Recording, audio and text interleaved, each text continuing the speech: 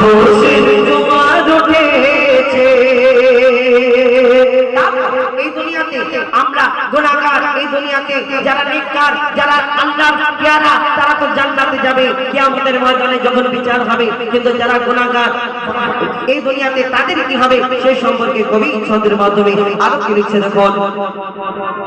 I I রে পাপি কাপি পাপি রে সবই মাপি, তার নামে কলমা পড়লে আল্লাহকে পাবে পাবি। তুমি যতই মহাবনামা আর যতই করো সিজদা, নবীকে না ভালোবাসলে ঈমান রবে না জিন্দা, ঈমান রবে না জিন্দা।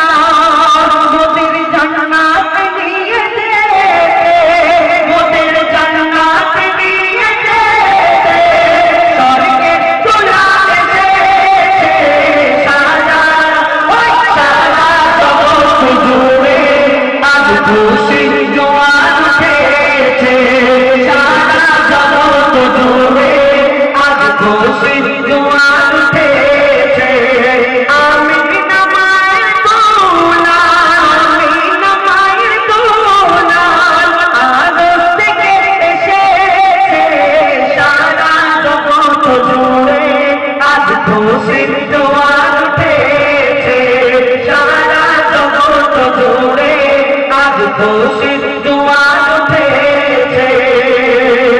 স্বর্গ মনের তলি করে গোপন না বলি, নবীর গায়ে ঢাকা কেন ওই কালো কামলি।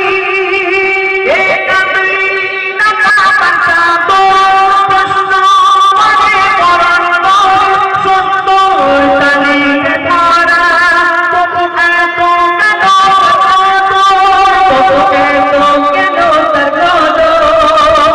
তবু এত কেন তার ওই কামলির দিদারে আশায়, ওই কামলি তুমি বারাশায়, ওই কামলি দিদারে আশায় তানবীর কালাম রয়েছে সারা, ওই সারা জগৎ জুড়ে আজ খুশির জোয়ার উঠেছে।